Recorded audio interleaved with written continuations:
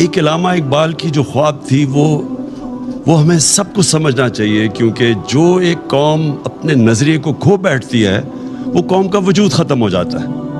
تو ہمیں پہلے سمجھنا چاہیے کہ بہت بڑا پاکستان کا جو خواب تھا ہمیں اپنے مقام کا سمجھنا چاہیے۔ تو آج اس عبادت کی رات میں سب سے آپ سے چاہوں گا کہ آپ دعا کریں پاکستان کے لیے، کہ ہم اس خواب کی طرف جائیں جو بدقسمتی سے ابھی تک ہم نہیں جا سکے۔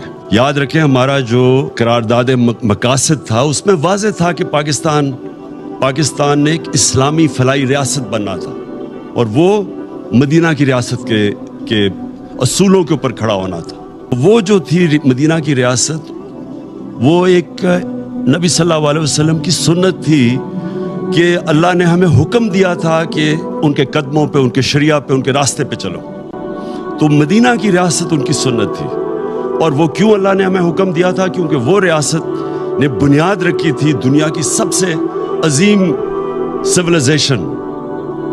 مسلمان نے کئی سو سال دنیا کی امامت کی، ہر طرح سائنسدان بھی ٹاپ مسلمان تھے، ہر کلچر میں، تہذیب میں سب سے آگے تھے۔ تو اس کی بنیاد رکھی گئی تھی مدینہ میں۔ تو یہ پاکستان کو اس اصولوں پہ ہمیں کھڑا کرنا چاہیے تھا۔ ہمیں پہلے لا الہ الا اللہ کا مطلب سمجھنا ہے۔ لا الہ الا اللہ کا مطلب، جب آپ اللہ کے سوا کسی کے سامنے نہیں جھکتے، انسان آزاد ہو جاتا ہے۔ اور جو ہماری یہ زنجیریں جو ہمیں زمین پہ رکھتی ہیں، یہ جب تک لا الہ الا اللہ کا مطلب ہم نہیں سمجھتے، وہ زنجیریں ٹوٹتی نہیں ہیں۔ تو ایک انسان اپنے پورے مقام پہ نہیں پہنچ سکتا۔ سب سے بڑی زنجیر ہے خوف کی زنجیر، موت کا ڈر کہ جی مجھے کوئی ذلیل کر دے گا۔ اللہ نے اپنے ہاتھ میں ذلت رکھی ہوئی ہے۔ رزق کا ڈر کہ میری جی روزگار نہ چلا جائے۔ یہ سارے وہ خوف ہیں جو انسان کو کی پرواز روکتے ہیں اوپر۔